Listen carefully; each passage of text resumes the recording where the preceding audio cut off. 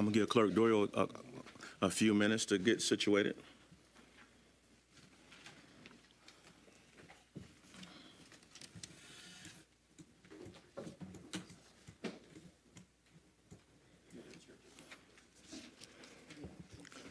Good evening, everyone. I'd like to welcome you to the 169th session of the 11th Council, City Council meeting. I would like to call this meeting to order at 6:06 p.m.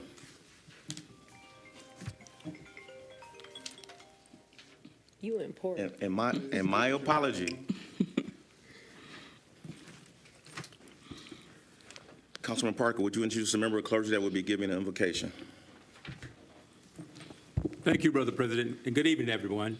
This afternoon or this evening, our invocation will be given by Pastor Kathy Lee James of the East Side Church of God. Let's bow our heads. Father, we ask your blessing on tonight. First of all, we bless your name in the name of Jesus, and we're thankful for the privilege of being able to serve the people of Pontiac, and through serving them, we're thankful for the privilege of serving you. We pray that you would bless our meeting tonight, give us wisdom and understanding. In Jesus' name we pray. Amen. Amen. Amen. Please stand for the Pledge of Allegiance to the flag of the United States. Pledge allegiance to the flag of the United States of America and to the republic for which it stands, one nation, under God, indivisible, with liberty and justice for all.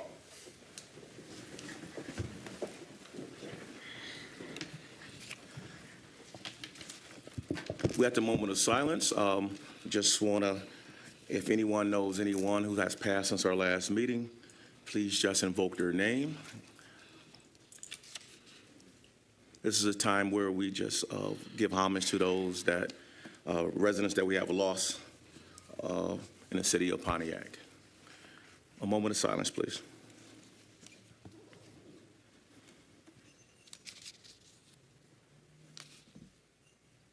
Thank you. At this time, I need a motion and a second to excuse Councilman McGinnis for personal reasons from his evening's meeting. Support. Clerk. You do roll I'm call. sorry. Oh, I missed roll call. I'm sorry. Clerk Doyle, please call the roll. I'm trying to be too efficient tonight. Please forgive me. Carrington. Yes. Goodman. Yes. James. Here. Jones. Present. McGinnis. Parker. Here. Rutherford. Present. Mr. President, you have a quorum.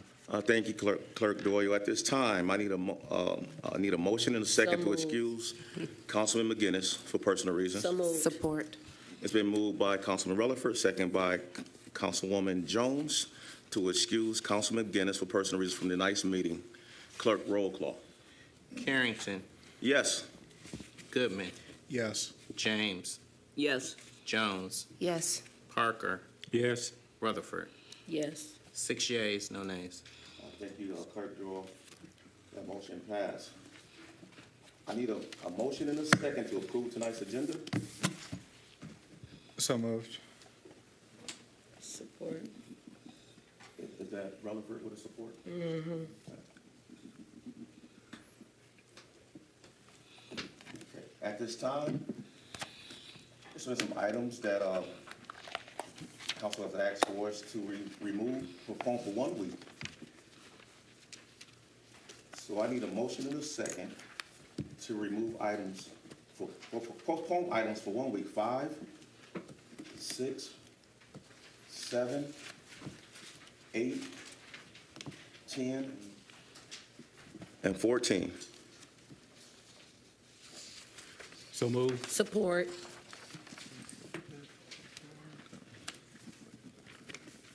So it's been moved by Councilman Parker and second by Councilman Rutherford that we postpone items 5, 6, 7, 8, 10, 14 for 1 week. Roll call on the amended agenda. Well, okay. James.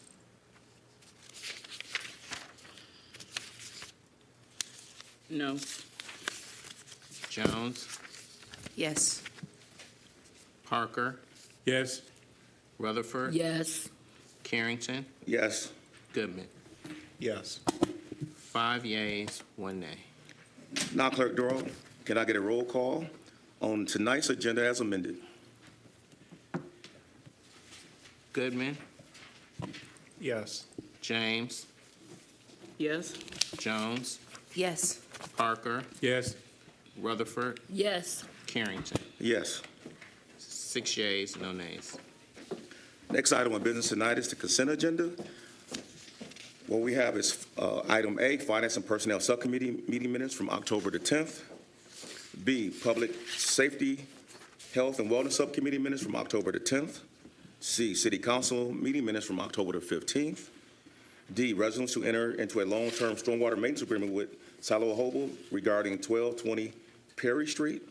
E, resolution recognizing Domestic Violence Awareness Month. F, resolution to approve contract with Minovac LLC for an amount not to exceed $37,220 to provide on-site BSNA training to the Building Code Enforcement Division employees. I need a motion and a second to approve the consent agenda tonight. So moved. Support. It's been moved by Councilman Parker, second by Councilwoman Jones to approve tonight's consent agenda. Clerk Doyle, roll call, please. Jones. Yes. Parker. Yes. Rutherford. Yes. Carrington. Yes. Goodman. Yes. James. Yes. 6 yeas, no nays. Thank you, Clerk Doyle. At this time, any recognition of elected officials here tonight? I don't see any. We'll pass agenda address. 2 minutes time limit. First on the agenda address is Dr. Georgia Waterman for items number 12 and 13.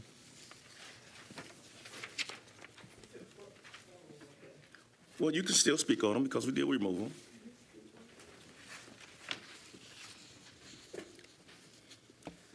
Good evening. From the number of items you took off the agenda today, it seems like you're going to delay conversation on a number of different issues. But as the deadline, December 31st, for the ARPA money to be fully allocated, as you feel responsible for doing, and as we know that we're looking around to see that was supposed to become money to transform our neighborhoods and make a stronger community. And so as you're moving that around, I hope that you're making more room and more allocated funds for the things that really make our neighborhoods stronger, for the things that help our taxpayers, our homeowners, our small business people.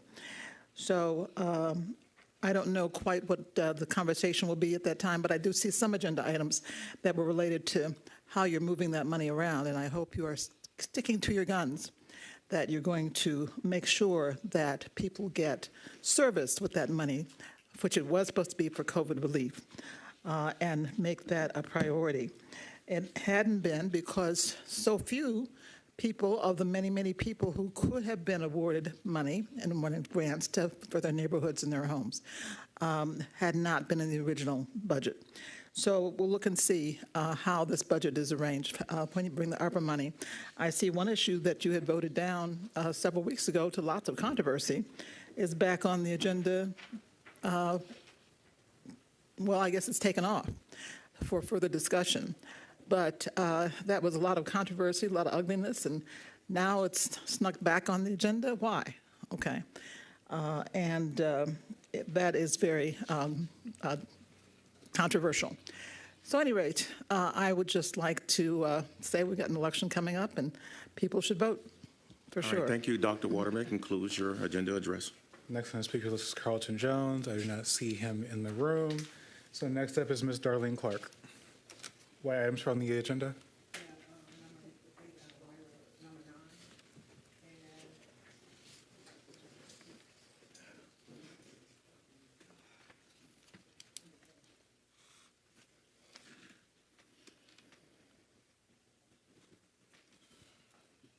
Good afternoon, Council and Administration.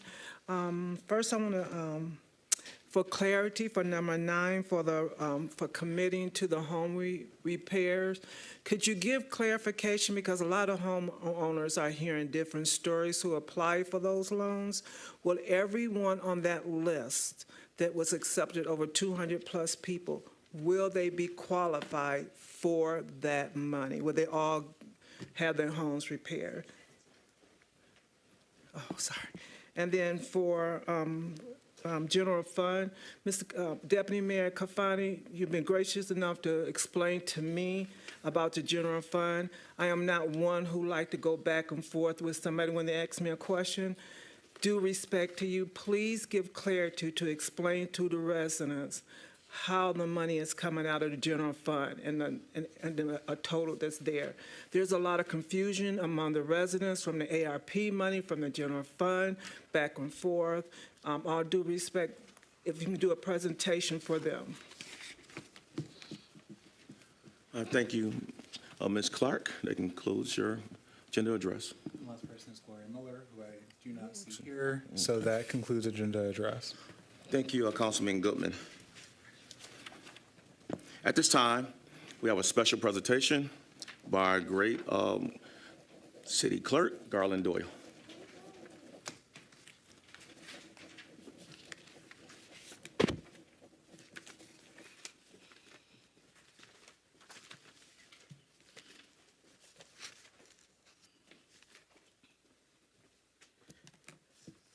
Thank you, Mr. President. So I've been giving these presentations weekly just to keep the public informed about the election. So today is the start of where you have, when you want to register to vote, you still can register to vote, but you must register to vote in the clerk's office. So anywhere in the state of Michigan now, wherever you live, if you haven't registered to vote, you have to register in person in your city clerk's office with proof of residency, because we're now 14 days from the election, 2 weeks from today. So you can register all the way up until Election Day, actually on Election Day, but you just need to have proof of residency. And then there's some examples of proof of residency: your driver's license, a utility bill, some kind of lease agreement, and you must do that in person in the clerk's office. If you register online or through some kind of organization or something like that, you will not be able to vote on November 5th in that election. The only way that you can vote now, if you have not been previously registered, is to register in person in the clerk's office. So I want the public to be very aware of that. Okay. You can still vote by absentee ballot. You can do that all the way up until November 4th at 4 p.m. You can track your absentee ballot by going to mi.gov/vote. If you want us to actually mail your ballot, I suggest that you actually submit your application no later than October 28th so that we can ensure that it gets to you in time in the mail. But you can still vote in person in the clerk's office through November 4th at 4 p.m., the day before the election. If you're voting by absentee ballot, there are a number of ways that you can return your absentee ballot. You can return it to one of our 4 official ballot drop boxes. They look just like they do on the screen there.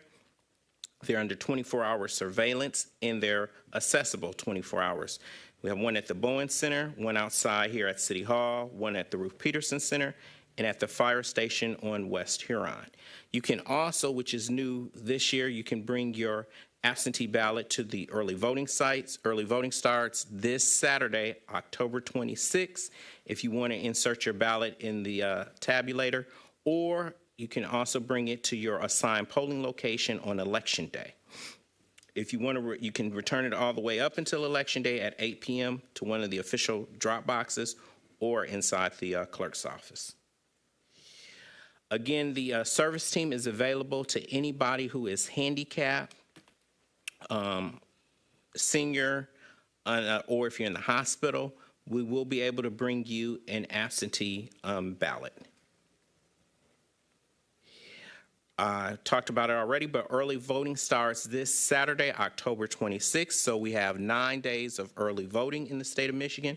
So starting October 26th through November the 3rd, you will be able to vote at the Pontiac Public Library, just like you vote on Election Day, but you'll be able to vote early, and you can go to the public library. So anybody in the city of Pontiac can go to the public library.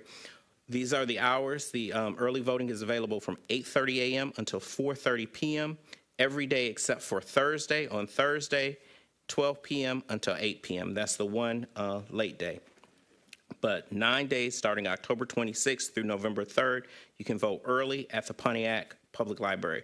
We're really encouraging everyone to vote early so where you can get it out of the way. You can also vote at because we're in partnership with the county, you can vote at the county regional site, which is Waterford Oaks. Voters in the city of Pontiac should be receiving this week. Last week, we sent out the sample ballot.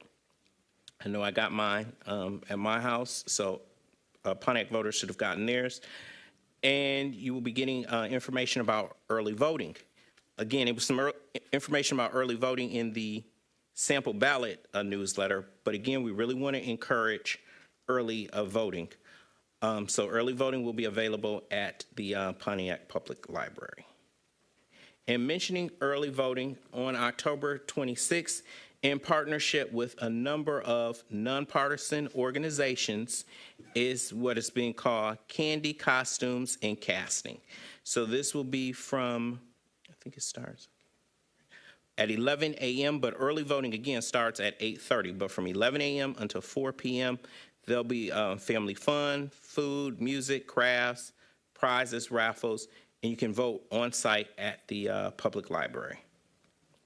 So come out with your costume and vote. It will be the first day of early voting, so it's kind of a kickoff to early voting. So it's in partnership with the library, Black Voters Matters, the League of Women Voters, Voters Not Politicians, Uncle Jerry's Barbecue, Oakland Forward, the Delta Sigma Theta sorority, and a number of other organizations.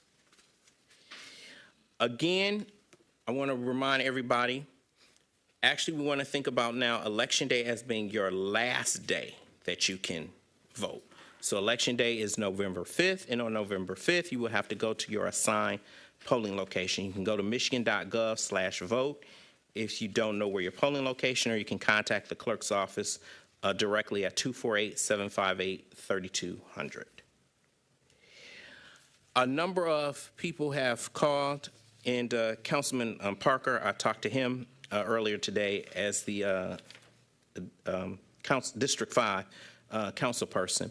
Harrington Elementary is currently closed to students, but Harrington Elementary will be open for voting on Election Day.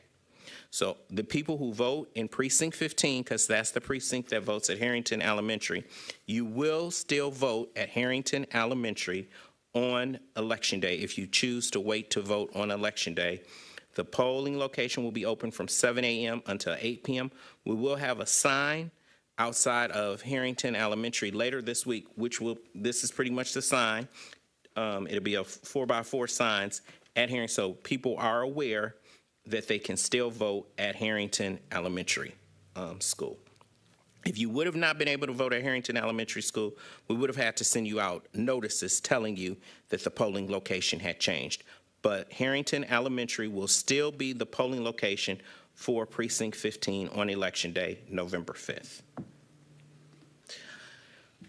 Here's the information to contact the clerk's office. Again, we will be open next weekend, both Saturday and Sunday from 10 a.m. until 2 p.m. And we'll be open till 5 on Friday. Our normal hours, of course, are 8:30 to 4:30, and then on Election Day, we're open from 7 a.m. until 8 p.m. This week, we will be attending the District 4 Community Meeting Council, Woman James's community meeting at 6 p.m. And then as it relates to the Pontiac Votes Community Challenge, absentee votes, this week, we're now actually up to a 49% return rate. It's actually a little higher. These are the numbers as of yesterday. I think today's number is actually 54%. But these are, remember, we're tracking percent increase per council district.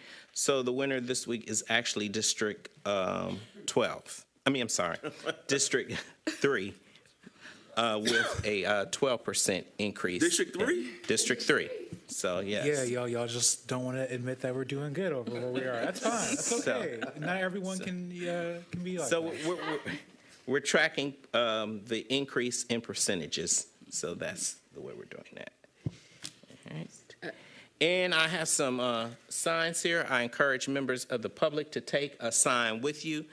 The sign says "Vote Pontiac Matters." So take one of those signs. It's a nonpartisan sign. Put it in your yard, so where you let your neighbors know to indeed make sure that they vote, because voting does matter in Pontiac. And then, I don't know if you saw when you came into the building today, we now have a sign out in front of the City Hall, talking about early voting, which tells the people early voting is at the Pontiac Public Library from October 26th through November 3rd, and those are the hours of early voting. So again, we want to encourage everybody to vote early. Thank you. All right, thank you, Clerk Doyle. Any questions from council? Councilwoman Melanie Relaford. Good evening, Clerk Doyle. Where are we at in the game, and where's District 1 at, so I can make my little plug, make sure we not too far behind? What's going on? So this week you had a 10.69% increase. Okay, District 1, y'all know what y'all need to do. That's all I'm gonna say. Okay, Miss Linda, get on them. All right, any other question for council? All right, thank you, Clerk Okay. Doyle, Thank for you. that vital information. Please get out. Early voting is open at 60 East Pike Street, Pontiac Public Library. Please get your families out and get them to the polls. Thank you. At this time, celebrating the centennial birthday of Pontiac resident Estelle Marshall, 100 years. It's remarkable. Anytime you see someone that has been here for 100 years, it's powerful. They have seen a lot of things, right? A lot of things, the good, the bad, and the ugly when it comes to our nation. Well, we want to celebrate her tonight. And would one of the council people please read this resolution? Okay. Councilwoman Relaford, you have the floor. Yes, it is, but we can take this down.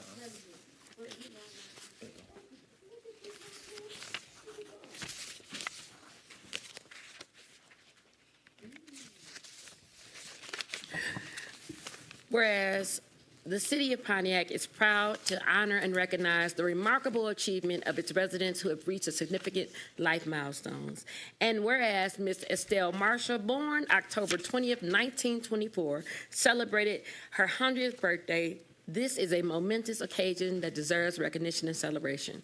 And whereas Ms. Marshall married the love of her life, Joel Marshall, on January the 16th, 1967, and whereas Ms. Marshall was employed by the Pontiac School District and retired in 1985, and whereas Ms. Estelle Marshall has witnessed and contributed to Pontiac, Michigan, and national history throughout a century of life, embodying resilience, wisdom, and the spirit in community. And whereas, as a champion of Christ, my Lord, and a servant of the Lord, she is a devoted member and a church mother of Lake Street Church, God in Christ in Pontiac, Michigan.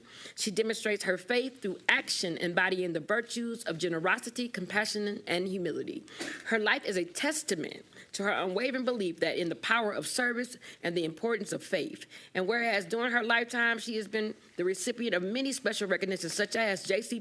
Golden Rule Award, Oakland University Labor Education Service and Leadership Skills Workshop, special tribute from the Governor John Engler, and recognition for local news for volunteerism to the United Way, Catholic Social Services, Senior Companion Program. Now, therefore, be it resolved that the city of Pontiac, Michigan proudly honors and recognizes Ms. Estelle Marshall on the occasion of her 100th birthday and acknowledges her exceptional life, significant contributions to the city, and her inspiration to provide us all. Before it be resolved that there's accomplished, there's a copy of this resolution be presented to Mrs. Estelle Marshall as a token of our respect and to commemorate her life's work and devotion with faith and the community.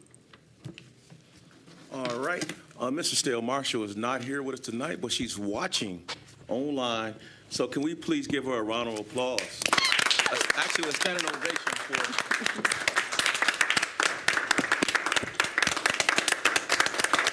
100 years, and we continue to wish her many, many more.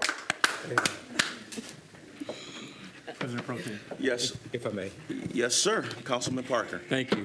I just want to say again to Ms. Marshall, happy 100th birthday. I enjoyed the cake that we had while you were celebrating, but the thing that really blessed my spirit was when I asked you what was your fondest memory for the 100 years you've lived, that you was able to say, my fondest memory was when I joined the Church of God. Amen.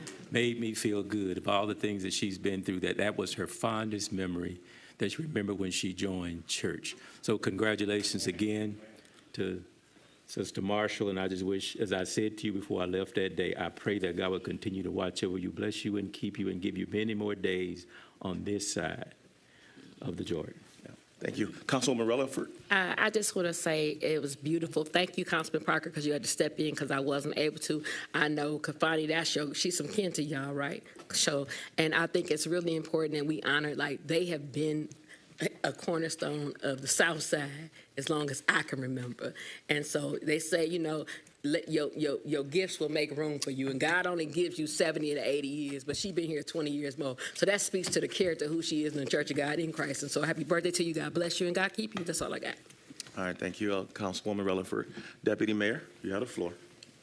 Thank you, President Pro Tem. Again, I just wanted to reiterate the fond wishes of happy birthday to my great Aunt Estelle, but I wanted to say that we celebrated her 100th birthday this Sunday, and when I say that she outstayed everybody else at that party, she is 100 years young, not 100 years old, because there were 30-year-olds saying, I'm tired and going home, and she was still there enjoying her day. All right, thank you. Again, happy birthday to Pontiac resident Steele Marshall. We thank you for allowing us to celebrate you and honor you tonight. And we wish you many, many more birthdays. Everybody's good. Okay. At this time, City Clerk, resolution approving the proposed budget amendments for fiscal year 2024-25 to increase budget revenues in the amount of $10,000 contribution from private source to the general fund and general ledger, account number 101-000-675, decimal 000, voted you, and increase appropriations to the general ledger fund in account number 101-191-818, decimal 013, election grant expenditures, vote you, $10,000. This budget amendment pertains to Count Michigan Vote Educational Fund, DBA Voters, Not Politicians Educational Fund, of $10,000 general election grant funding. I need a motion and a second to approve this resolution. So move. Support. It's been moved by Councilman Parker, second by Councilwoman Jones to approve this resolution. Any discussion? I know we talked about this a few weeks ago. Any discussion? Hearing none. Roll call, Clerk Doyle. Parker, Yes. Rutherford, Yeah. Carrington, Yes. Goodman, Yes. James, Yes. Jones. Yes. 6 yeas, no nays. Thank you. That resolution is approved. At this time, we have a resolution from the Grants and Philanthropy Department. Resolution approving the proposed budget amendments for fiscal year 2024-25 to increase budgeted revenues in the amount of $70,000 to the general fund in account 101-000-532, decimal 000, Oakland OCS CPR, federal grants, others, increase appropriations to the general fund in account 101-699-8118, decimal 000, that's OCS CPR, other professional service. This budget amendment pertains to the senior chore program, $70,000 grant from the Oakland Livingston Human Service Agency, short is OSHA. I need a motion and a second to approve this resolution. Yes. Is there a timeline on us to vote on this? Does it have to be voted on this today? Well, for this particular item, it's because it's only moving and something, the grant money and getting it ready. Okay. I That's just the want to make reason. sure, and Okay. then my follow-up to you, sir, and the grant director, could you come to the mic real quick? I just Yes. want to ask you this. Yep, you go ahead and ask your question. You have the. Can I ask you, are we sure this is the right GFL account number? Yes, this GL was set up previously when the original $130,000 grant was awarded, so this is just being added to those funds. Okay, I just want to make sure. All right, thank you. So Those I are- yep, move. Those are good, those are good questions. Any other questions from council? Hearing none, roll call. Mr. Clerk. We didn't move a second. No, I said I moved. Okay. And I just need somebody to support. Second. Okay. It's been moved by Councilwoman Rutherford, second by Councilman Parker, that we approve this resolution. Roll call, please. Parker, Yes. Rutherford, Yes. Carrington, Yes. Goodman, Yes. James, Yes. Jones. Yes. 6 yeas, no nays. The resolution is approved at this time. Items 5, 6, 7, 8 have been postponed for a week. The next item, City Council resolution. This is a resolution committing general fund dollars to ensure Pontiac Home Repair Program remaining home commitments completed. I need a motion and So second to moved. approve this. Support. It's been moved by Councilwoman Rutherford, second by Councilman Parker. Is there any discussion? Yes. Councilwoman Rutherford, you have the floor. So last week, I said I would make this promise because I care more about people than I do about parks. We currently have a deficit to do these particular homes at $2.75, where we're going to $1 million, and I want to ensure the 232. Oh, it's already in here. It's so I want to make sure I can read it if you want me to read it out loud. Well, go ahead. You can have the floor to read the All right. resolution. So this is important. Whereas the Pontiac City Council believes that investing in home repairs for senior homeowners will enhance neighborhood stability, prevent displacement, and improve properties and contribute to the community health and safety. And whereas the Pontiac City Council is committed to allocating general funds to ensure home repair programs remaining home commitments are completed. And whereas the city of Pontiac has a portion of its housing stock that is aging and in need of critical repair, and whereas the city of Pontiac has how many low and moderate income homeowners face financial barriers to maintaining their homes, which contributes to house deterioration and safety hazards, whereas the city of Pontiac originally had approved approximately 238 applications for the Pontiac Home Repair Program, and whereas it is the intent of this council to honor the pool of approved applicants for the 2024 application period only, and whereas the Pontiac City Council has given substantial information that there may be a $2.7 million funding gap that is said project to fully complete all approved applicants whose repairs have not yet been completed. Now therefore be it resolved that the members of the Pontiac City Council are committed to allocating approximately $2.75 million out of the general fund if no new funding source is identified to ensure that the remaining home commitments are completed through the home program for 2024 approved applicants. Resolved, we will require written updates from the mayor when current funds are close to being exhausted in order to approve City Council the ability to make timely budget amendments to the general fund in the appropriate year. That is what it is. All right. Thank you, Councilwoman Rutherford. Any other questions for council concerning? I see you, Mayor. Let me ask council, then I'll come right to you. Any other questions for council? Council, well, I'm gonna give the mayor the first opportunity to speak. All right, Mayor Graham. Yeah, thank you. I want to just say I support this resolution. I think it's important that people know that we're not going to allow funding to prevent us from getting through the wait list. And yes, we are pursuing other funding options, but if those additional funding options don't come through, we should absolutely make sure that we're utilizing general fund dollars so that we can make sure everyone on the wait list gets the home repairs that they need and deserve.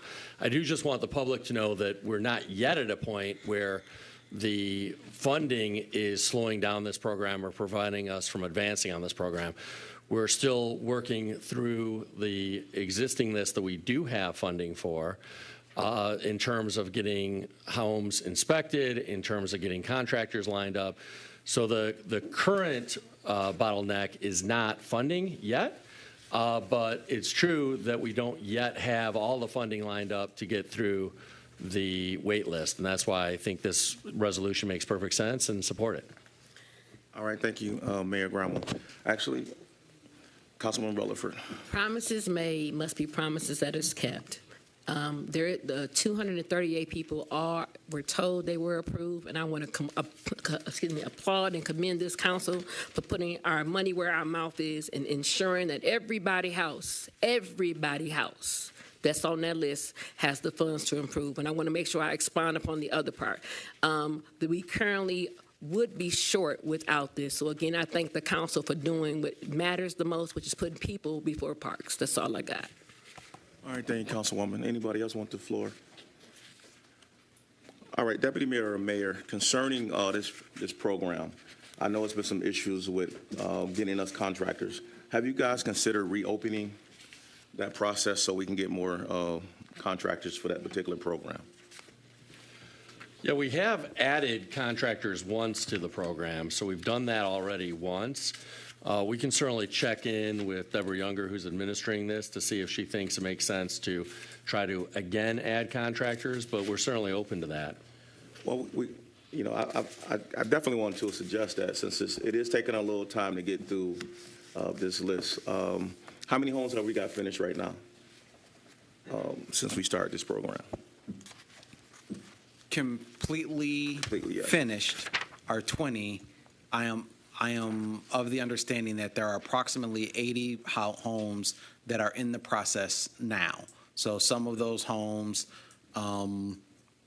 we are working with the homeowners at their schedules, and sometimes that delays the process because we are only there when the homeowners want us to be there. And then some of the homes have not moved as quickly as it would seem like they should because the contractors are batching and doing all of the drywall at the same time. So instead of getting one house done and moving to another house, they're doing all of the like work at the same time. So you'll see a barrage of homes finished together as opposed to dropping one at a time. So my follow-up question to that, and I'm coming to you, Councilwoman, is that so? Do they have enough employees to work on that many homes all at the same time to move these through the process? That's a great question. So yes, we have 6 different contractors that are working on these homes that are working on these homes, and some of those firms are larger than other firms. So in some of those firms, they may have the ability to be actively working on 3 homes at the same time. All right, thank you. Councilwoman Rutherford, for the second time. To the administration, I'm asking this for a reason, so just answer it truthfully. Who do we have that's going out there inspecting what's going on at these homes? Now, I'm asking this because today, just so to give you some clarity, there's a house that supposedly is having major issues, and they don't have a person to talk to when they have issues with the contractor. And my follow-up for that is, we originally had 8 contractors. We only have 6 that's actually bidding. And only out of 6, only 4 of them have actually been getting awarded. So to President Pro Tem, and I got this from Deborah so that you know where I got this from, to Council President Point, we need to reopen up the list so that other contractors can bid, or we're going to keep having just the 4 contractors that's actually bidding on the bid. They just did 30. They just literally had a bid for 30 houses, and only 3 of them bidded on the set of 30. You are familiar with that, correct, sir? I yield to the Deputy Mayor. Deputy Mayor, you have the floor. So I am not that deep into the weeds. So I will believe that is what you have said. Okay. But nobody answered my question. My question is, is there a way? So I guess I should ask you, President. Next week, can we write a resolution, ask them to open up the RFP back up so we can get more construction people? Yes, we can. Okay, that's all I need. Yeah. Thank you. Councilman Parker. Thank you, Brother President. My question is, as we are having difficulty getting all these done, will the funding that has been established during this budget year roll over to the next budget year if we do not get all the housing done? And the other question that I had is, I thought we was operating on the fact that we only needed about $25,000 per house. Is that still the standard, or has there been some variance between those two, if you know? I yield to the mayor. You have the floor. Is it administration? Yeah, so not every house is getting the full 25,000, but most are either getting 25,000 or very close to 25,000. So I think it's still a reasonable operating assumption to say, hey, it's going to be 25,000 per house when doing the math to determine how many houses we can get to. But yes, there's a little bit of slack there because not every home is being allocated the full $25,000. And yes, any money that's allocated to this program, we're committed to making sure it goes to this program, even if that means rolling it over to the next fiscal year. Thank you. All right, thank you, Mayor Grimo. Any other questions for council? All right, hearing none. We have a first and a second already. Clerk, can we have roll call, please? Rutherford, Yes. Carrington, Yes. Goodman, Yes. James, Yes. Jones, Yes. Parker. Yes. 6 yeas, no nays. All right, thank you. That resolution passed.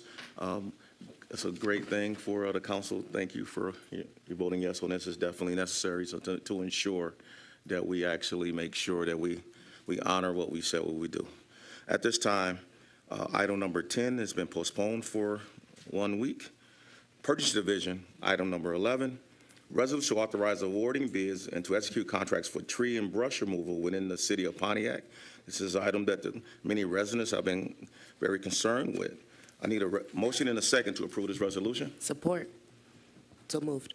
Okay. Support. All right. Okay. So it's been moved by Councilwoman Rutherford, supported by, okay, it's been moved by Councilwoman Jones, supported by Councilwoman Rutherford. No, Parker supported. I just said I had a question. Okay.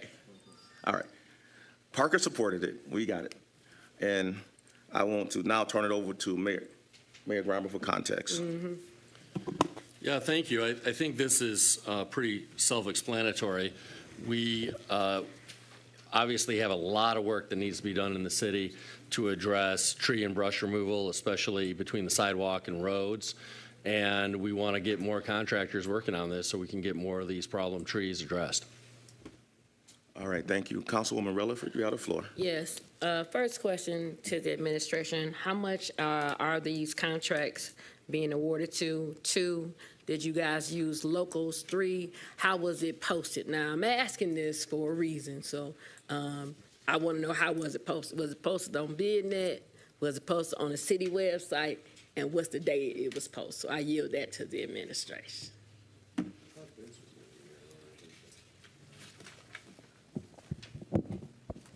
You have the floor, Deputy Mayor. Thank you. I don't have the answer to those questions in front of me, so I don't know what day it was posted and came down. Okay.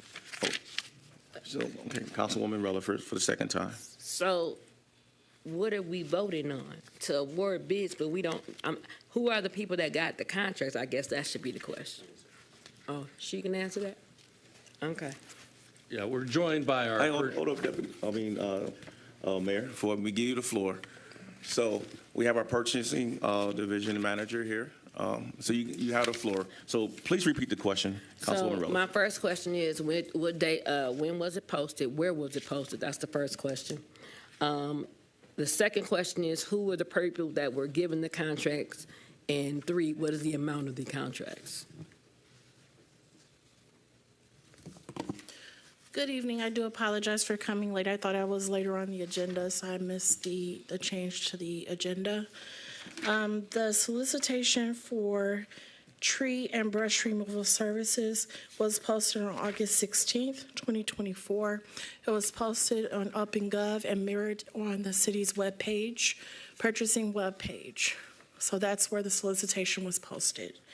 A total of 7 suppliers submitted a proposal in response to the solicitation. The question submission deadline for the bidders was on September 6th. The purchasing division's response to those questions was on September the 10th. And the proposal deadline was on September 13th at 2 p.m. The superintendent of buildings and the Parks and Youth Recreation Director, along with myself and procurement consultant for Procurement Consulting Group evaluated the submittals. After doing evaluation, we looked at background. We looked at other qualifiers that are indicated within the RFP. It was determined that 3 of the firms that submitted bids were the most qualified to do the work for the city. The primary firm that we're recommending is Trees and Company. They're located in Auburn Hills. The second 2 secondary companies that we're recommending is On Tree Service and Go Cut Trees, doing business as Monster Tree Service. The reason why we're recommending 3 companies is because some of the scopes of work that has been brought to procurement is very large. And one firm alone will not be able to complete the scope of work in a timely manner. So that's why we're recommending 3. We're also recommending that a term of 3 years be established for these contracts so that the city can continue to operate year after year without having to go out to bid to secure a supplier. All right, thank you. And that's a point. Any other questions, Councilwoman Ford? Okay, and just a point of information. So 7 bidders for this particular contract. Okay, and the prices are in our packet. Yes, it is. And it's kind of confusing because we removed a lot of things and things are double-sided. So that's probably why council was not able to find it immediately. So do we have any other? Councilwoman James, you have the floor. Yes, of the 7 suppliers, were any of them minority suppliers? No, they were not. Were any of them Pontiac-based suppliers? No, they were not. Okay. All right. Any other questions? Councilwoman, I'm sorry. Who had I'll give Deputy Mayor the floor. Trees and Company LLC is owned by a Latino. Okay, thank you. But in terms of certification, I was But is he on the minority list? One statement at a time. So the follow-up question that Councilwoman James asked is that particular contract on the minority list? And Yes, you can answer that. Okay. They are? Yes, Trees and Company is on the list. I was speaking from a regard of certifications that have been submitted to procurement. All right. Thank you. Councilwoman Jones, you have the floor. You pass, no questions. Councilwoman Rutherford for the 3rd time. Yeah, okay. So, don't we have a vendor currently as an African-American, because I want everybody to get paid, that's doing our grass cutting? Yes, that's mowing. Mowing, okay. So I just want to make sure that okay. And you answered this, so I ain't got to ask you anything. I don't have to ask you anything else, but thank you. All right, thank you. So again, no other companies but these bidded for these contracts, just for clarity? Yes, just the 7, Okay. and All we right. awarded based on. All right, thank you. Any more questions from the council? Hearing none, roll call, Clerk Doyle. Carrington, Yes. Goodman, Yes. James, Yes. Jones, Yes. Parker, Yes. Rutherford. Yes. 6 yeas, no nays. The resolution is approved. At this time, public comment. 3 minutes time limit. First person on the list for public comment is Carlton Jones.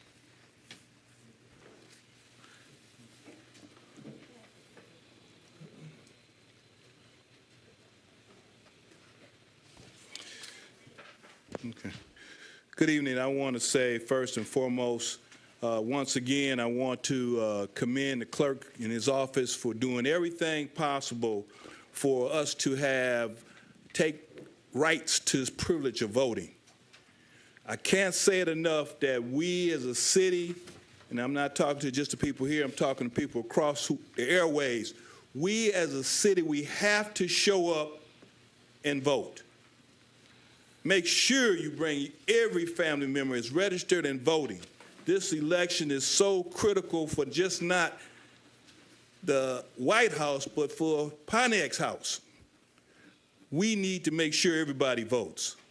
So don't just think about yourself, think about your whole family, make sure that they're getting out and voting. And I think it's a great opportunity not to wait to the last minute, meaning to the 5th. Early voting is open up. I suggest that you get out and early vote. The next thing I want to talk about is this. This is one of the things that's really happening, and I'm so glad to hear council digging into the economic side of when we passing out money. And I just got to say, this is nothing new, Mayor, Deputy Mayor.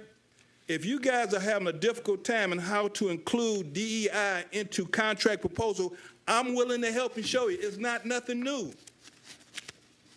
We got a city that's built up of a high percentage of black and brown folks. The way you do large contracts is you make sure these big companies match up with smaller companies. That's how you do it. It's nothing new. Yes, you're absolutely right. Small contractors have a hard time, but if you put in the contract documents that you must do some DEI, then they're required if they want the contracts. The county is doing it for us at the city. It's nothing new.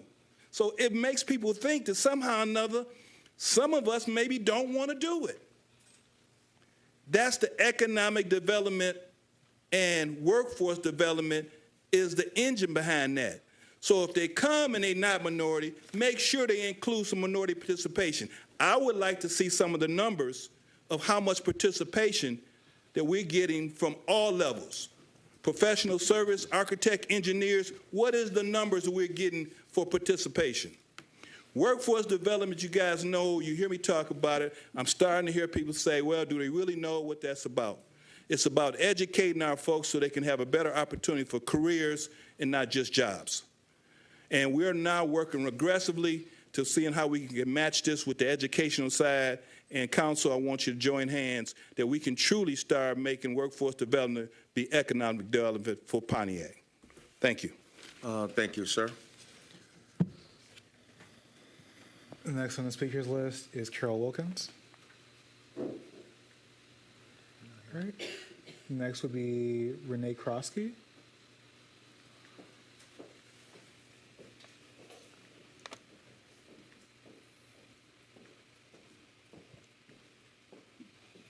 How you doing? I'm here. I'm a retiree of the city of Pontiac, and I'm here in support of the city Pontiac retirement.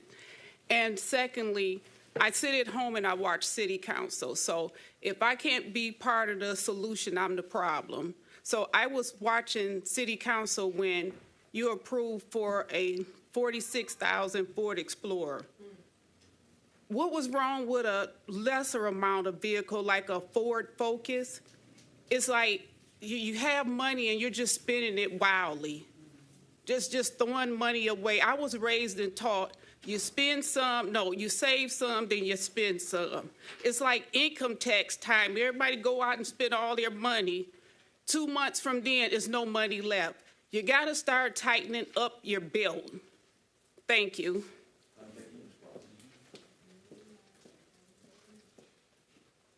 Next on the speakers list is Dr. Deirdre Waterman.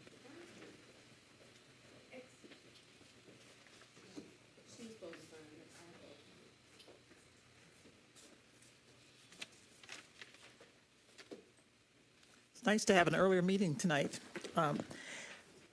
First, I feel so sorry for the retirees who keep coming up here asking you what's happening with their increased pension benefits, where it is in the process, and you keep asking and asking, administration to tell you where it is. We're actually where we were 3 years ago when I set up the plan for how retirees could get more increases in their retirement monthly pension benefits. One of the last excuse, and our mayor told us that the last excuse was he was waiting for the attorneys to do something or other. At some point, you got to realize that he has the power to get there and sit at the table and do the job and do the negotiation and not rely on everybody else and give the excuses that everybody else is holding up the show. So I think we owe that to our retirees now. They've been waiting so long. And I feel sorry for them every time I hear another excuse, another longer. And once again, counsel, I don't know why you're intimidated about calling in the attorneys. The attorneys can tell you what the process is so that people can know what to expect rather than every week, there's another excuse, and who knows? Okay. The other thing is, on the agenda today, one of the things that you postponed was the $2 million. Remember, I explained to you that that was an appropriation that we had applied for and won during my administration, and that was to be used for the amphitheater, which the Oakland County is still waiting for the city to say, what do you want to do with this? They've got it written into the contract for the contractor to demolish the Phoenix Center, but they say, hey, we haven't heard from your administration. So why do we want to give away or destroy a $21 million investment for the city? And it would be simple enough to go and say, hey, look, we've got the money to be able to salvage that. It's in good shape. It's in good shape. I had the people from the Aretha come and look at it, and they say, hey, look, we'd be glad to manage this too, just needs a little work. So I think that shouldn't be another thing that we lose just because, and I hope there isn't some deal to give this thing away because, Council, you need to look and see what were the final papers signed with the contracts with the Oakland County.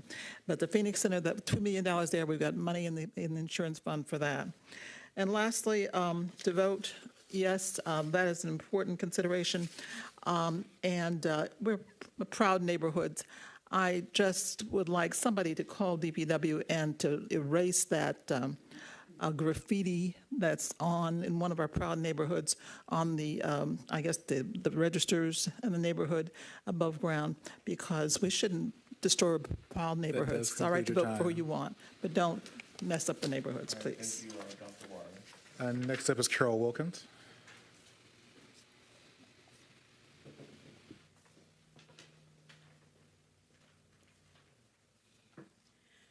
Good afternoon, Council and Executive Office. My name is Carol Wilkins, and I apologize for running a little late. I've been coming down here to talk about the retirees. I came here a couple of weeks ago and gave you a few words. One of them was excuses to defend or to justify why you're not doing what you need to be done. That was we're getting excuses from the mayor's office, and this should not be allowed. Another thing I said was inadequate. It was lacking, scarce, and unacceptable. Now I come to you today with a new word, and it's called bamboozled. It's a verb, mean to fool or to cheat someone. Mean to devise tricks, foolery, mislead, and hoodwink. I want to quote Malcolm X. He said, a man that stands for nothing will fall for anything. And I want to tell you retirees, stop being hoodwinked. Come here to City Council and let them know. The City of Pontiac retirees and the City Council, let's not be bamboozled by getting the same information every week. Our actuary is not completed, waiting on more names, the wording of the brief. This has to be sent to the courthouse. Now, we know that it's not going to be on the docket this year because dockets are filled at the courthouse, so we can forget about that. I like to talk to you about a movie, or a part that was said in the movie, Spike Lee. It was the movie Malcolm X. It says, you've been had, you've been taken, you've been hoodwinked, you've been bamboozled, you've been led astray, ran amok. City Council, you need to get an attorney so that you can stop being bamboozled. Thank you so much.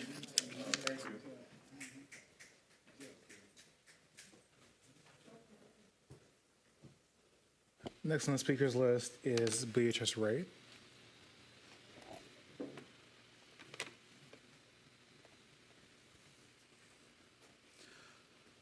Good evening, Council, Mayor. I always say good evening, Mr. Dole. It's an exciting time of year for you, and it's a difficult time of year. I wanted to step to the mic as I promised my auntie that I would. I want to thank so much her Councilwoman Melanie. I want to thank you, Ms. Rutherford, and I'd like to thank the mayor. I want to thank the council for providing this resolution. We celebrated our auntie's 100th birthday on Sunday. It was her 100th birthday. She's sitting at home, hello, Anistel, looking at us. I know, because she looks every week. And I wanted to say that thank you for recognizing her while she is yet here to understand and receive this. She is, her memory is better than mine. And so we want to praise God that she's here with us. We want to thank everyone, all of your well wishes, because people have come from far and wide to thank her. Someone arrived to the birthday from Las Vegas, and we were so happy to see him. And so, cousin, I want to thank you as well. And I want to say thank you, thank you, thank you to the city of Pontiac for stepping above and beyond and providing this resolution for our grand auntie. Her name is Estelle Marshall, and she's been in Pontiac for a long, long time. She reached that 100th year. And you read this. Thank you so much. And again, thank you, council, for providing this. Thank you, Ms. Wright. Next on the speaker list is Pastor Kathy.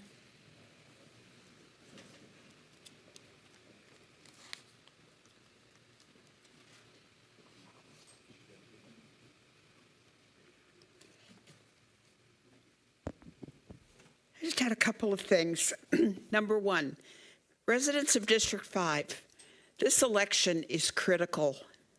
And even though you may not feel like you're part of Pontiac, your children go to our schools, you have family or friends that you work with that are part of Pontiac. But this election isn't just Pontiac. It's federal, it's national, and it's one of the most important elections we've ever had in our lifetime.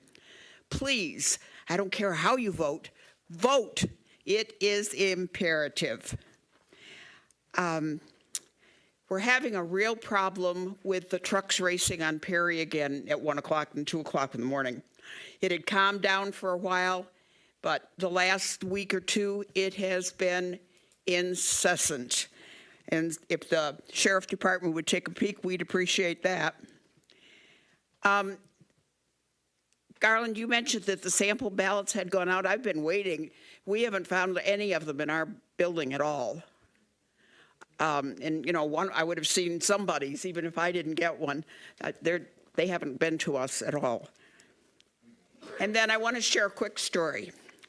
I went to a funeral this week with a dear friend whose corporation that he owned and built from the ground up had an opportunity to go national and be a big, big deal. And he said, no, I'm a Waterford boy, and I owe my city, my loyalty, to take care of what they gave me by giving it back. I think about every week, Carlton, when we talk about our people who want an opportunity. And what you brought up tonight is one of those chances where the big corps and the little corps get together and they afford the opportunity that our little guys don't have. And all the time I was sitting at that funeral, I was thinking, if Carlton was listening to this, he would say, we need this in Pontiac. Pay back what you've gotten, because not every kid gets it. All right, thank you, Ms. Devereaux. Next on the speakers list is Gloria Miller.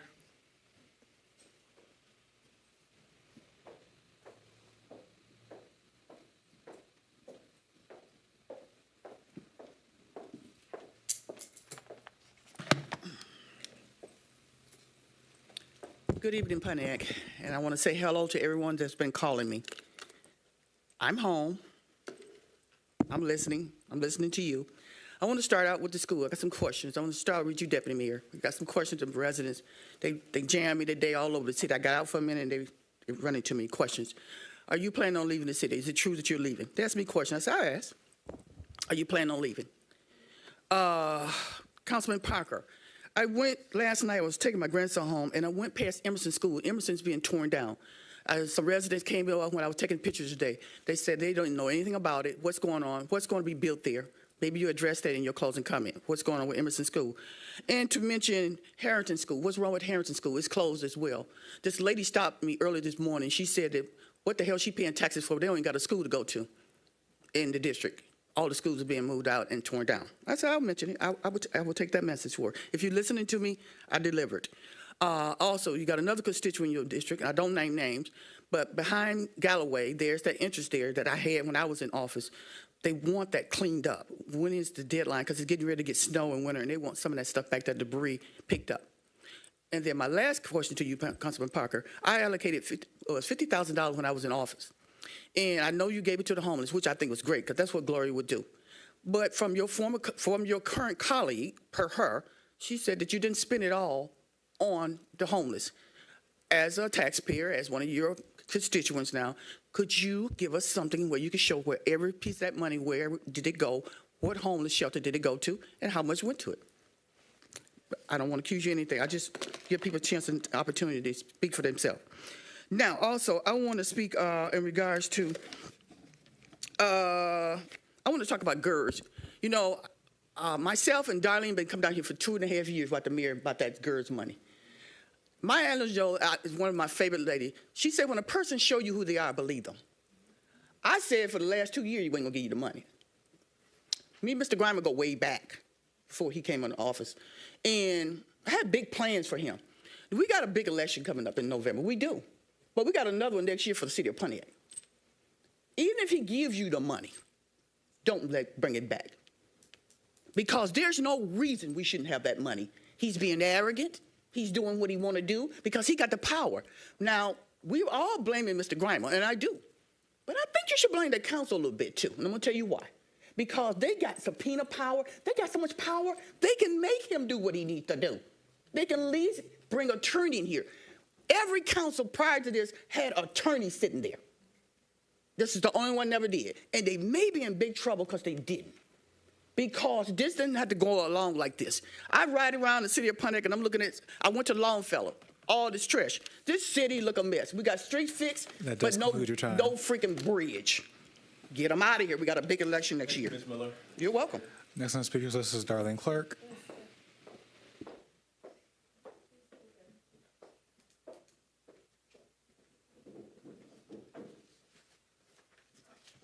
You know, Council, I'm very respectful of when I hold a conversation. And Ms. Miller and Ms. Carolyn, she's right. But let me tell you this, and I've said this so many times. Our mayor, the present mayor, Tim Grimer, is an attorney. He's an attorney and a politician.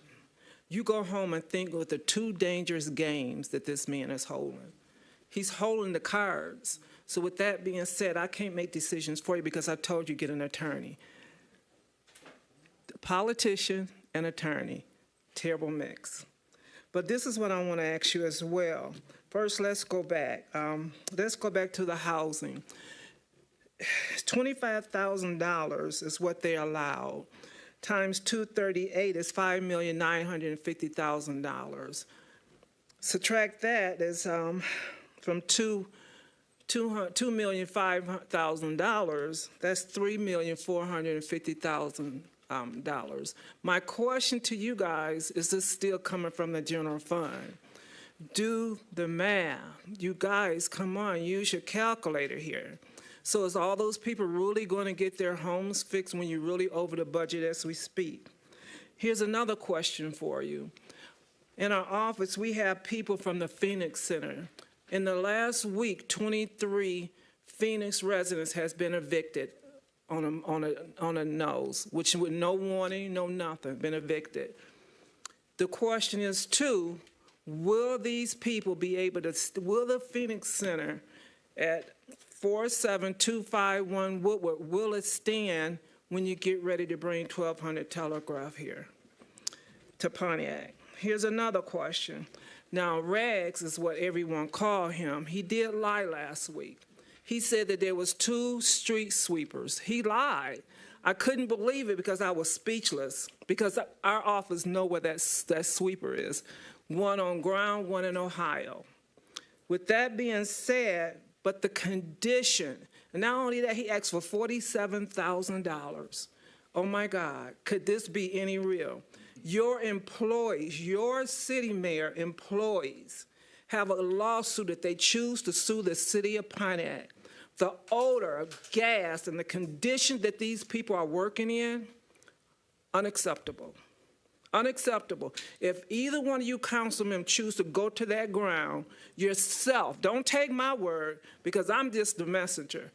You go see for yourself. These people have to eat lunch there. They have to sit there. There's no air ventilation. They put a central air conditioner that drips the water on the floor that causes mold. And let me tell you this. You ready to pay $47,000 for a new truck than to put these people into a safe environment.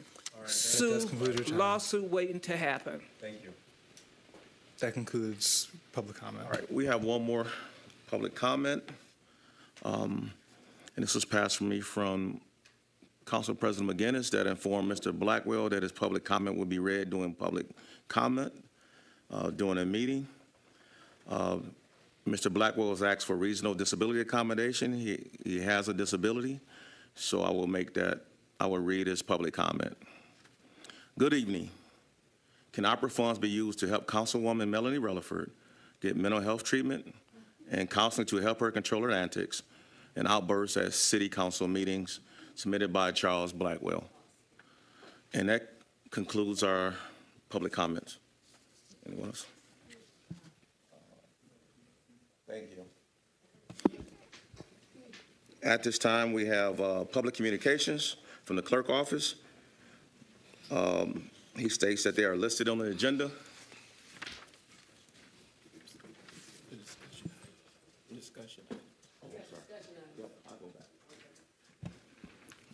Discussion item, status of restoring retirement benefits from retired city employees. Mayor Gramo, you have the floor. And this discussion is to get us updated from where we are from last week. Yeah, thank you. We were waiting on Cypria's attorney last week. We're still waiting on Cypria's attorney as of this week. We thought we were going to hear something from them yesterday, definitive, but they instead sent questions to us yesterday afternoon, which we responded to promptly this morning. So we're still waiting on Cypria at this point. Thank you. Any follow-up questions that Councilwoman that needs to ask?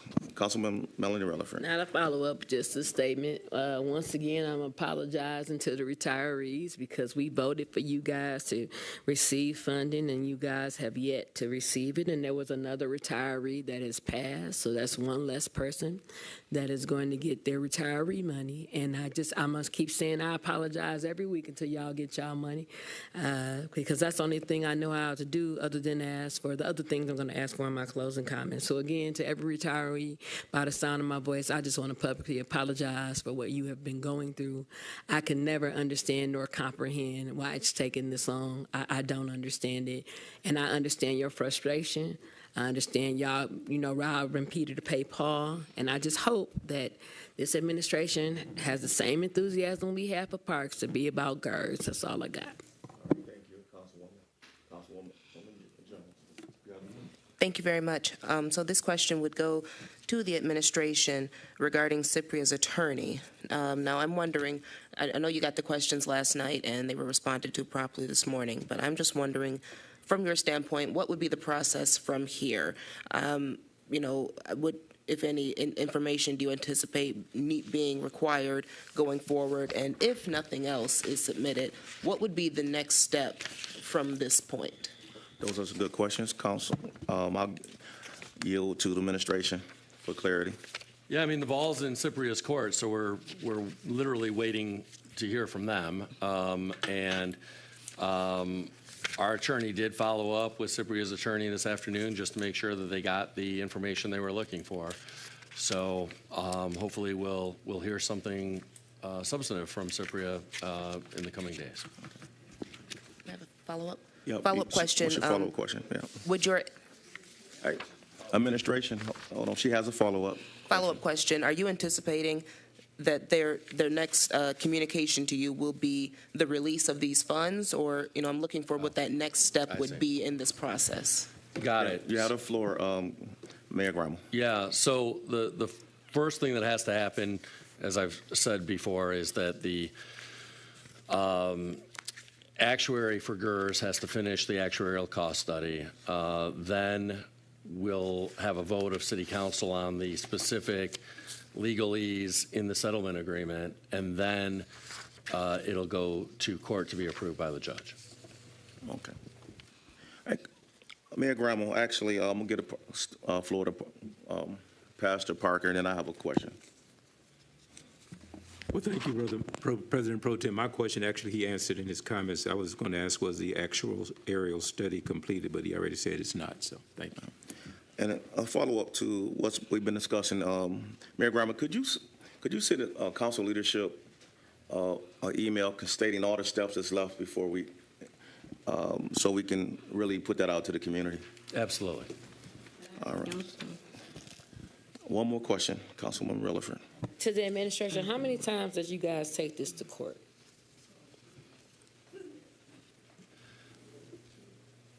In terms of the actual settlement agreement, we haven't, the Cypria attorneys filed a motion that was defeated.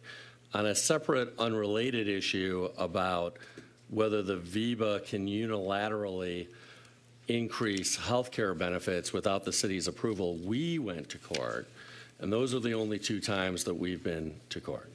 My follow-up would be this. Nobody is moving from receiving, per your knowledge, from the health care to the one-time $20,000 payout. We haven't changed that, have we? There's a case in particular I won't mention on the floor, but there's a reason why I'm asking this question. You giving the mayor? I give him Okay, that. yield to the mayor. Yeah, you're talking about the retroactive payment for the $400 monthly stipend since February of 2022? No. What I'm referring is when they retired, they either could get insurance or they got a one-time payout for $20,000. And my question is, has anybody been moved from the health payment to the $20,000 payout? And there's a reason why I'm asking this question. People were back in the beginning of 2022 when that health insurance was initially reinstated. People had the option to opt out and get $20,000. To my knowledge, that the window to do that was closed for anybody who was eligible at the time. However, anybody who becomes eligible, because there's an age requirement, so people leave their employment here, they don't become eligible to start receiving retiree health care until they hit a certain age. And as they approach that, they can then opt out and get $20,000. I don't know how many people have done that recently, is the short answer. All right, thank you. Can you get us that number? You can email it to us. Yep. Okay, thank you. Any further questions from, actually, Councilman Parker, and then Councilwoman James, you was next on the speaker list. I was just going to ask if, since there are really two parties involved in these final steps that need to be taken, the city and Cypria, I'm wondering if we could have a Cypria representative, if there's anybody from that part of this issue that could come to the meetings, one of their attorneys, so that we can have both sides here. Because this, it's back and forth between the city and Cypria. So is it possible that a Cypria representative can be in our meeting to be able to communicate their part? I think that would facilitate, hopefully, a lot faster movement of things. Is that a question for the administration, Councilwoman? It is. Okay. It is. Yeah, it's really a question for Cypria. I know that we've had the president of Cypria at a number of our meetings, and we've had other board members from Cypria at some of our council meetings. But in terms of specific requests, that's really a question for Cypria. We can actually make that request. We can make that request. That's not an issue. We just talked. We'll make that request from the council. I would like to, because I think, both parties bear some responsibility in trying to get this closed. And it would really be good if we had both parties here. That's a great point. Okay. Thank you. At this, Councilwoman Jones. This is quick. Okay. So I also would like to request this, a Cypria attorney is present for one of the council meetings in the future. So I would like to get that going and possibly on the schedule. But my question is for clarification, when, and this is for the administration, when you do hear back from Cypria's attorneys, will that indicate that the actuarial cost study is complete, or are we awaiting feedback regarding a different matter? I'm trying to get a solid outline of, and I know you're going to email this too, but I just want to pose that question.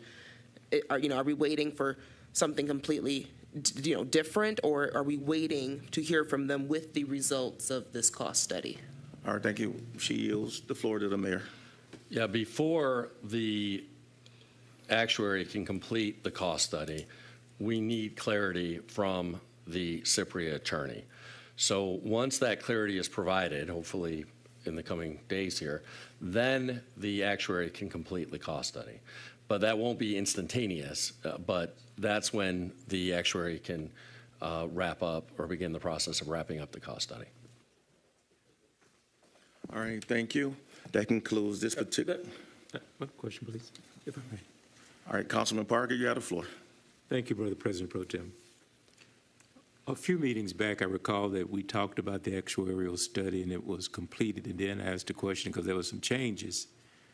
Would that change would there be an additional costing to the actuarial study? So my question becomes, if the actuarial study was first completed, are we completing another actuarial study at this point? You have the floor, Mayor Graham. Yeah, it's not a brand new actuarial cost study, but it is refining the existing actuarial cost study to make sure that it reflects the settlement between the parties.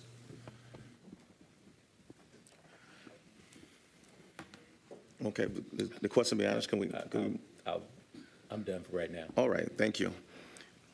This close out of discussion status of restoring retiree benefits for retired city employees. Mayor Graham, can you email us the steps for the remaining so we can get this concluded? Next on the item is status update on Ernst & Young opera contract execution. Mayor Graham. Yeah, we did finally get the approval of the contract from Ernst & Young, and the city has now signed it. All right, thank you. Any questions for council? Yes, I Councilwoman Rutherford. Why was the contract reduced by over $300,000? Well, the contract never had an actual, well, it had a not to exceed amount, but the contract was always an hourly contract based on the number of hours worked by Ernst & Young. My understanding is that the appropriation was reduced because we anticipate fewer hours worked by Ernst & Young. But that's a question for the deputy mayor in terms of the appropriation being reduced. But the contract itself hasn't changed in terms of the hourly rates anyway. Okay. So you want to yield to Deputy Mayor to answer? I want to follow up because. Okay, you want him to answer the question first? Yeah, right? but. Okay, I'll come back to you. Let him Okay. answer the question. Deputy Mayor, you have the floor. So what the mayor was explaining is that when we originally set aside money for this activity, we set aside money either for an outside firm or to bring on interior staff. If we brought on staff directly, that number was estimated to be higher than what we ultimately figured for the contract for Ernst & Young. That is why that line item was reduced. All right, thank you. Councilwoman Rutherford, So is it me full? follow-up concerning this item. I'm very confused because originally it was supposed to be $500-some-thousand. It was in the ARPA dollars. Then today it was reduced by $300-some-thousand, but also we supposed to pay them $25,000 a month. So the reason I'm asking this because there's other issues to actual accounting issues, actual GL issues, that I feel y'all need to revisit that because there are major discrepancies that the administration has been made aware of and that I will talk about in my closing comments. I think we need to revisit that because we need a third eye to look at what's going on with these ARPA dollars. And so my question was, again, you said y'all did it because y'all didn't think y'all weren't gonna need time, but based upon the information that has been shown to you today, is that still y'all position? So I yield to the administration. You have the floor. Well, what the deputy mayor said is the original budgeted amount for ARPA compliance included both Ernst & Young and in-house staff. We have decided to use Ernst & Young, not the in-house staff, is the explanation he gave. But the explanation I gave is that we're still looking at a not-to-exceed monthly amount that's the same amount per month, but some time has elapsed as well before we really ratcheted up the use of Ernst & Young. So we anticipate that Ernst & Young can provide the needed services, including the review of the reports and fully diving into the reports for the new appropriated amount. All right. I'm gonna let you ask another question, but we need to come to a close. They have given an answer. If it's for this issue here. Oh, it's definitely for this issue. Okay, let's go. There are about 15 GFL numbers that are wrong with ARPA alone. 15. Like I can show you 5 of them that's right here. The numbers are off. I am concerned, and this council is concerned about what we actually have in these accounts. So again, I'm asking you, now that you guys know, before I go where I'm about to go with this, when did you know and why hasn't this been corrected? Because it's not just one account that's wrong. It's not just 2 accounts that's wrong. And that was Ernst & Young. That's what they were supposed to do, is to keep track of what's going on. So we waited for the contract to be signed. Now y'all talking about y'all just using them. I just need to understand the balance between what you guys are saying to us and what I'm seeing. Okay, so this item discussion is for the status update of Ernst & Young opera contract. I understand your concerns. We all have those same concerns. But the item that's on discussion is the status update on Ernst & Young opera contract execution. Okay, and President, the reason why I'm saying that is knowing what they know now, we need to make sure that we're using Ernst & Young on the ARPA dollars and not just on $172,000. Now, like, are we kidding here? Do I have to say it on the floor? I understand. So the question is, are you using Ernst & Young opera this contract for making sure that opera funds has been allocated correctly? Yes. Okay. All right. So let's conclude this. I'm sorry, Councilwoman James hasn't had the opportunity to speak. You have the floor. Yeah, based on what has been said, it does sound a little different than what we had originally talked about. Will they be making the October report at council meeting? We anticipate that they will be here for the next report to City Council. And is that going to be this month? I don't know that we've scheduled that, but that's something we'll certainly talk with City Council leadership about, yes. So that's a follow-up question. So how long have they been working on opera funds? Are they currently working on it? Yeah, they have been working actually periodically and advising us regarding next steps. They have not been as engaged as we'd like them to be, and we anticipate them getting more engaged now that we've signed the contract. All right, thank you. Okay. So hopefully we can definitely keep this on our list to continue to further ask about. I'm saying. Can we just Yes, double check? Yeah, go ahead. Ask your next question. So both Ernst and Young and the city of Pontiac has signed the contract. So it's fully executed. I guess what I'm asking, is it fully executed and ready for them to start work? We have signed the contract. Have they signed it? Not to my knowledge, and we're waiting on them to sign it. Okay. So they have been sent the contract, Mayor Graham. Have they been sent the contract? So, Yes, okay. we're waiting on them to sign it. They So- have the contract, we're waiting on them to sign it. We So can't did- force, we No, no, can't literally I drive understand over that. there and force their hand pen to paper, but we're waiting on them to sign the contract. We have signed it. Okay. So we understand that.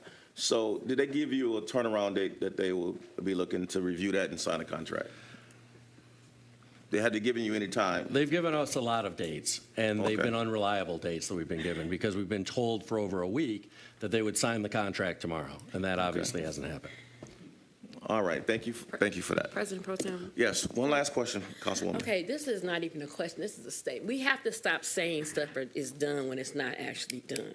Until this contract is executed on their side, they are not doing this work. The reason why I know they're not doing this work, because there's no way possible, if Ernst and Young was doing this work, then the GFL codes, the amounts that's in here would not be accurate, would not have the erroneous errors that they're having. In other words, in plain sentence, the numbers don't add up. So that's why I keep saying who's actually doing this work, because everything was postponed for a reason. And out of respect for this council, I'm not going to say what the real reason is, but my concern is knowing that you know it's in your face now, what are you guys going to do about it? Because it's not just ARPA dollars, it's other accounts. It's other accounts. So we can sit here and play with people, and then when you make your statement, and then y'all gonna have to answer to the community, how long did you know?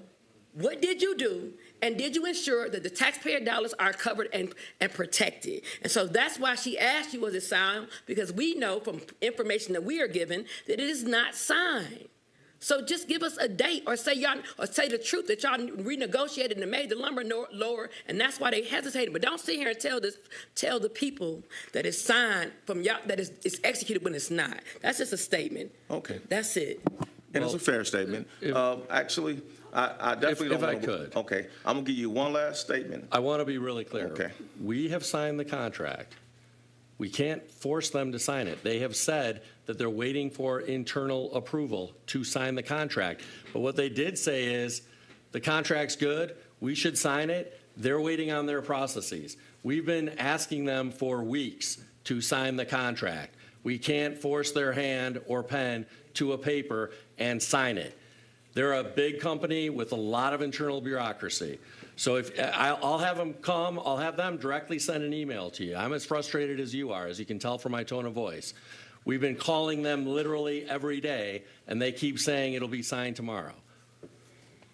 All right. Thank you, Mayor Graham. I'm going to close this out.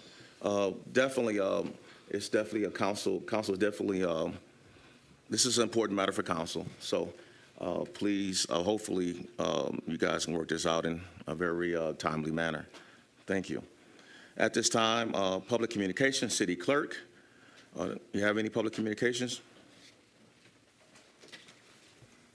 They're, Mr. President, they're in the agenda, and I spoke about them. All right, thank you. The city council communications are listed on the agenda. I will not read them from line to line. It's a lot of them. Please go to the website and you can see them posted. Mayor's office, do you want to highlight any of your communications? Yeah, I would. Thank you. I want to make sure that people know about a couple of additional opportunities for the public to let their voices be heard on the master plan update. Thursday, November 14th, from 6 to 8 p.m.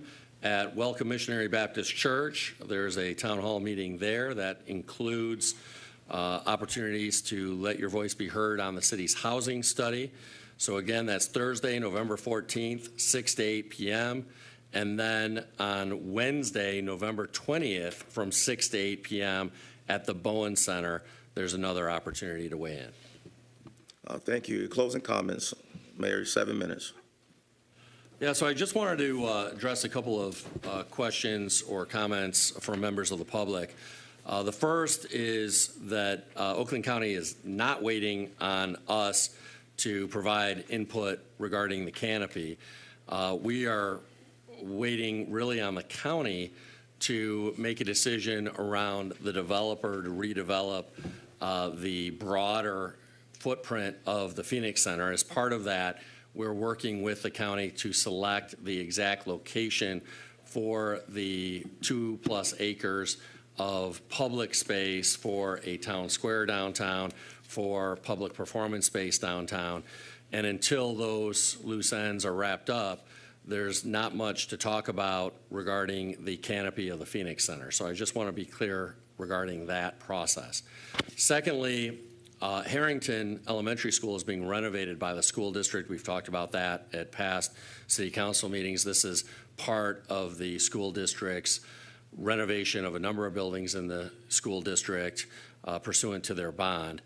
Emerson was demolished. There are no immediate plans to redevelop that site, but that school has been privately owned for a long time now and has been an eyesore. And so the Oakland County Land Bank funded the demolition of that school to get rid of that eyesore, which is certainly a plus for that neighborhood to finally bring that school down.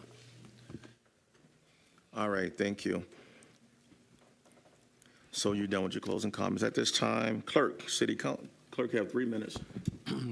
Thank you, Mr. President. Just want to highlight again, early voting starts this Saturday, October 26th at the Public Library from 8:30 a.m. until 4:30 p.m. Again, there are a number of organizations that are sponsoring candy, costumes, and casting votes at the Public Library. It will be from 11 a.m. until 4 p.m. on this Saturday, the first day of early voting. And I also want to remind the public, the mayor mentioned that Harrington School is closed for renovation, but Harrington Elementary will still be a polling site on Election Day. So Harrington Elementary, which is Precinct 15, will be open on Election Day, November 5th, for voters to vote from 7 a.m. until 8 p.m. We will have signs going up at the school this week, so voters are aware that they still will be able to vote at Harrington Elementary School. Thank you. Thank you. Starting on my left, Councilwoman Rutherford, closing comments. Yep. Councilwoman Jones. Thank you very much.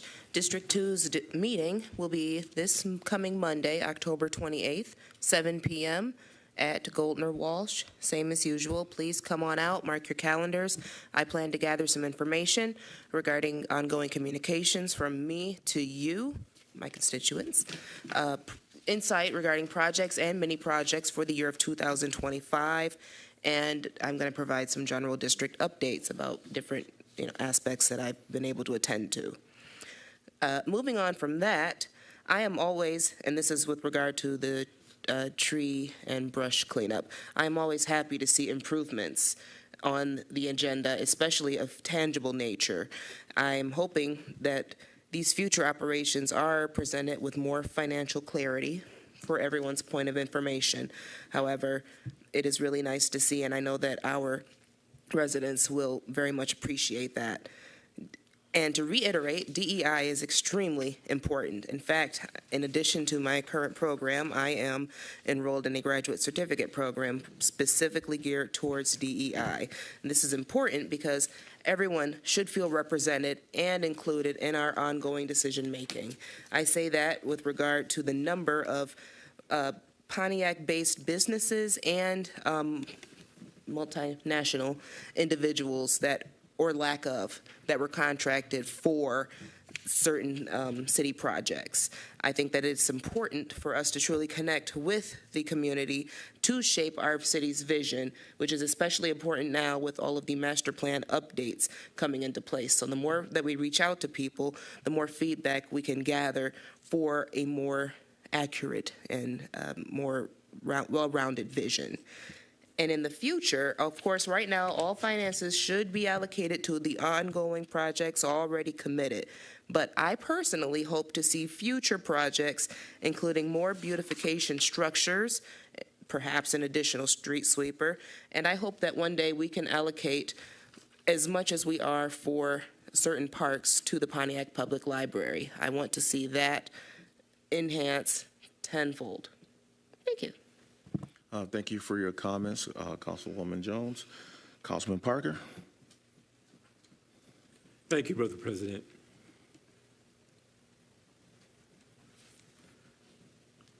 To answer some of the question that was addressed to me this evening, I know the mayor just spoke about what is going on with Emerson. That is being done by the Coleman Yoakum group with Emerson. I thank God that they are tearing it down because they kept dumping on it and et cetera and et cetera. So thank you that there is some progress being made with that particular property.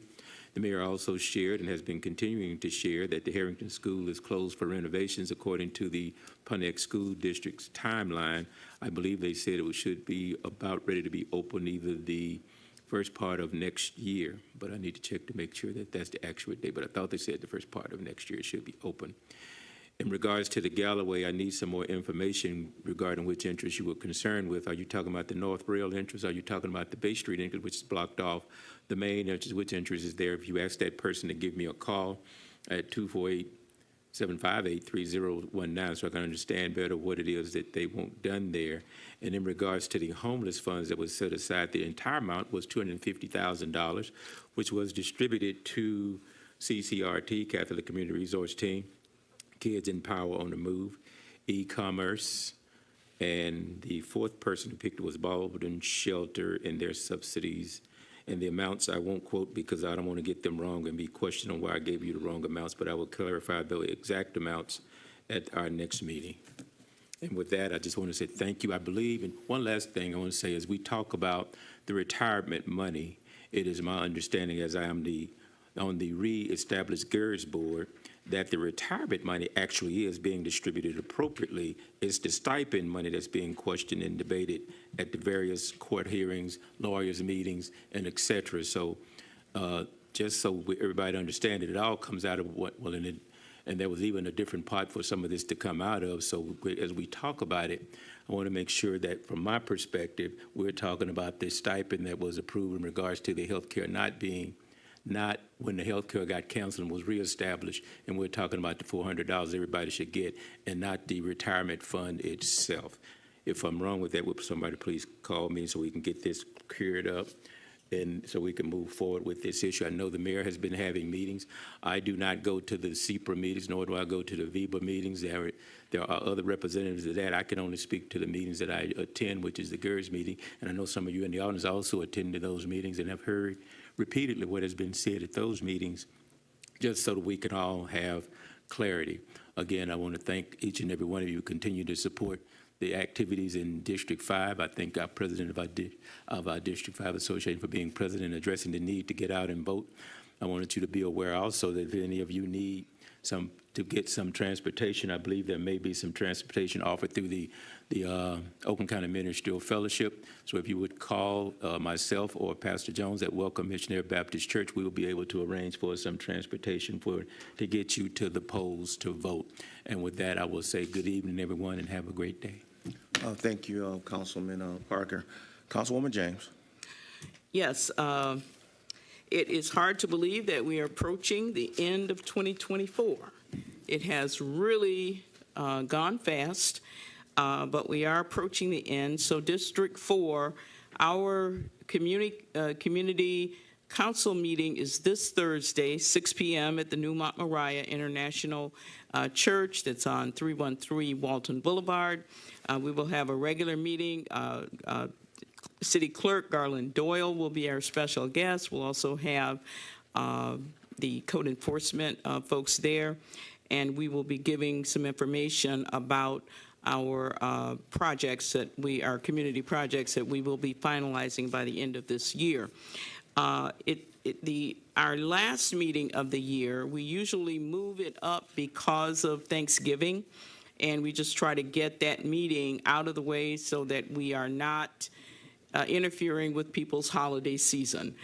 So our last meeting is November the 7th, Thursday, November the 7th, is our special holiday meeting. We're going to have tons of homemade food, and we just found out that we're going to have Pontiac United's choir there to sing some Christmas carols. So we hope to have a very festive time on Thursday November the 7th. That will be our final meeting.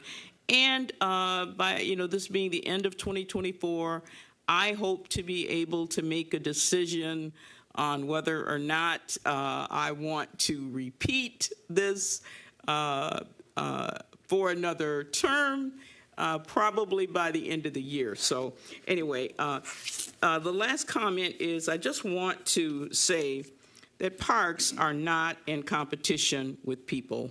Parks serve people. And parks play a role in our cities, particularly in underserved areas like Pontiac. It's essential to recognize that parks do not compete with people. Rather, they enhance our lives and contribute significantly to the well-being of both individuals and communities. Some of the ways in which parks provide key benefits to our community. Our physical health, parks offer spaces for exercise, walking. Our mental health, nature has a profound effect on our mental health, green spaces, social connectivity. Parks play an important role in communal gathering spaces. We had the Pontiac Summer Concert Series, which was hugely successful and popular, all of them done in Pontiac parks. It offers environmental benefits. Parks contribute to improved air quality, reduced urban heat. It has economic values. Well-maintained parks can increase the property values of our neighborhoods. Education and nature awareness. Parks provide opportunities for environmental education and awareness. Recreational opportunities. Parks offer spaces for a variety of recreational activities. Cultural and artistic spaces. Many parks serve as venues for public art, performances, and cultural events. And finally, safety and community pride. Well-maintained parks can enhance neighborhood safety by increasing foot traffic and encouraging a positive community engagement. In conclusion, the responsibility of undeserved municipalities like Pontiac includes providing parks and green spaces for all residents. Parks are not just amenities, they are essential components of vibrant, healthy, equitable communities. Thank you. Thank you, Councilwoman James. Councilwoman Melanie Rutherford. There is a leak in this old building, and my soul has got to move. That is a spiritual. Each week, since as long as I can remember, we vote to move one amount of money from GFL to another because we have trusted this administration to keep an eye on where the money resides. For months, we as a council have asked why this is being moved, why that is being moved. And it wasn't until today, after I told the administration months ago, that I'm terrified of the current way our finances are being moved. I have no more to give. We were given 15 recommendations when they did this audit. How many did we actually use? How does not one ARPA program, not 2 GFL lines, not 3, but I can show you 20 of them where the numbers don't add up. We need, as a council, to put a pause on spending any more money until we know what we actually have on hand. And if no one is going to say it, I have to ask that we ask again for a forensic audit. I'm saying it because I hate when people lie to me. I hate when I find out that all that I've been speaking is true and it's proof now. And my question is this: how long has the administration known about it, and why haven't they done something about it? Because it's one thing to say, oh, it's just one GFL line. I could take that. But every week, for as long as I can remember, we are having to move money from one pot to another, trusting that the advice we've been given is accurate. It's almost to the point where I want to do a vote of no confidence.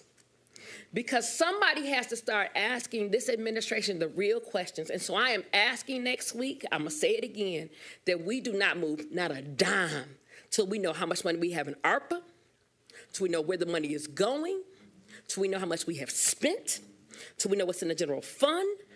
Because you're bringing somebody in here on Monday that has no idea why all these line items are wrong. For example, we moved $225 for the home repair, $250 for the home repair grant. Not the home repair grant, the homeless fund. This paper says we moved $300,000. This isn't me making this up for attention or sound bites. This is me asking what is going on in our finance department and how long has this administration obviously seen there are lines that are wrong. I am pleading with this council that we do not make another financial decision on ARPA dollars or anything else until we can see what is actually going on. Because I am in fear that we are acting like we have a surplus when in actuality, when the books are open, we are in a deficit. And I don't care if I get voted out for saying that. It's wrong for us as a body to keep doing these amendments and then we find out the math ain't mathing.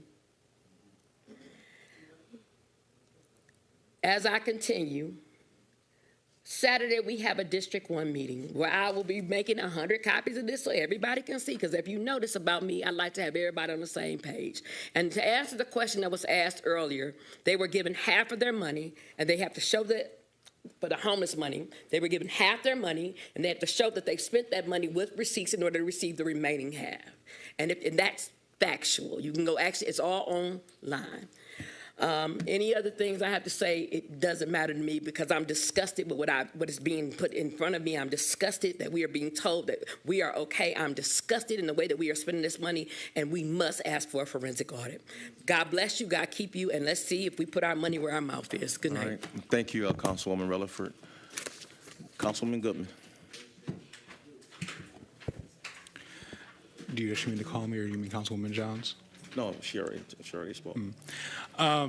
So quickly, the District 3 meeting is going to be this upcoming Monday at the Baldwin Center from 6 to 8. As per usual, it is the last Monday of the month.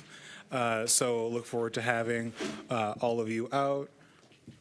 To try to stay as focused as possible, it has been bothering me for an extended period of time, collectively, how the important issues of our residents continue to turn into political footballs that we bring into this chamber every single week. There are very key and important issues that have been mentioned, from parks to housing to making sure that our retirees have their money. And it seems as if every single week, in some version or another, whether it be from the administration or from council, that these topics get discussed at length, but nothing gets done about them. And that's not just talking about how things don't get done, because as someone who is in government, who has been doing politics before I even got in office, I know how slowly things move, especially on the local level. But it really pisses me off that every single time that we're discussing anything, it turns into a gotcha game. Now, I firmly believe and agree that we have a problem, and we need to have a better grip on our finances, because it sounds like it has been running rampant. And while I like to have some more faith in the administration, I don't believe things are as horrible. I firmly believe that there are things that definitely need to be addressed, and that's a problem, because many of us have tried to have faith that the train will continue to run, if not efficiently, at least on the tracks. And it continues to seem as if we're not doing that. The thing I really want to call attention to is we're talking about funding for the parks. We're talking about funding to make sure that we're doing housing. And I think it's very important for the community and for council and the administration to know that we can walk and chew bubblegum at the same time. It is possible to do multiple things. But the thing that is really annoying and disgusting, and is annoying a lot of residents, is the fact that the only time that these things get discussed in detail or things actually get accomplished is when someone is upset.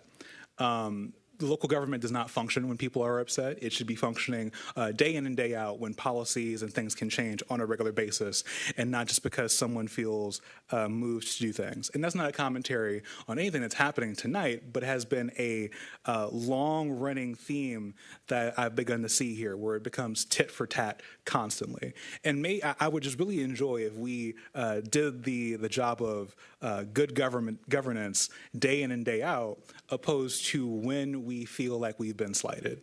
Because if we did that, we probably would not be in the situation where we're asking for the finances. We wouldn't be in a situation where we're having to fight over every single small policy that we are getting for the people. We need to do a better job of actually like governing and legislating for the needs, for the actual wants and desires of the residents, because we say that we're doing that every single week, but it really feels like we're up here spinning our wheels and people are watching it while we're making very, very minor changes that we can then attach things onto. And I think that we very much need to address that. Thank you, everyone, for their closing comments. I have no closing comments tonight. I'd like to thank everybody for coming out. See you next week. Have a great weekend. Can I get a motion? So moved. Support. It's been moved by Councilwoman Rutherford, supported by Councilwoman Jones, that we close the meeting. Roll call. Clerk Doyle. Carrington, Yes. Goodman, Yes. James, Yes. Jones, Yes. Parker, Yes. Rutherford. 6 yeas, no nays. Meeting is closed at 8:03.